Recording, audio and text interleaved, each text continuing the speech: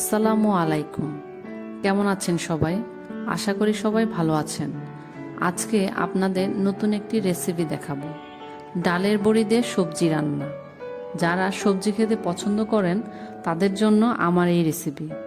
আমার এই রেসিপিটি দেখে খুব সহজে বাসায় আপনারা অল্প সময়ের মধ্যে রান্না করে খেতে পারেন এই সবজি।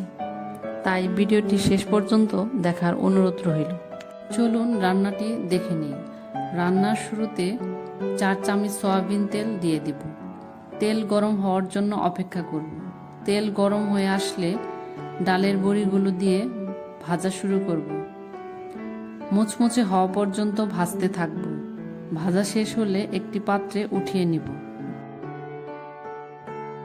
তারপর একই প্যানে 4 টেবিল চামচ সয়াবিন তেল দিব। এরপর 5 ফোড়ন তেজপাতা দিয়ে সামান্য ভেজে নেব। এরপর একে একে সব সবজিগুলো দিতে থাকব। কাঁচকলা, মিষ্টি কুমড়া, আলু, পেঁপে সব সবজি দিব। এরপর মশলা ব্যবহার করব লবণ, ভাজা জিরা, লাল মরিচ, হলুদ সব কিছু একসাথে ভালোভাবে মিশিয়ে 5 মিনিটের মতো ঢাকনা দিয়ে ঢেকে রান্না করব।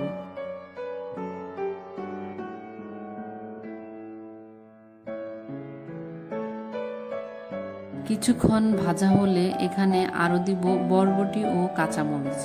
তারপর কষানোর জন্য হাফ কাপ পানি দিয়ে ভালো করে কষাতে থাকব।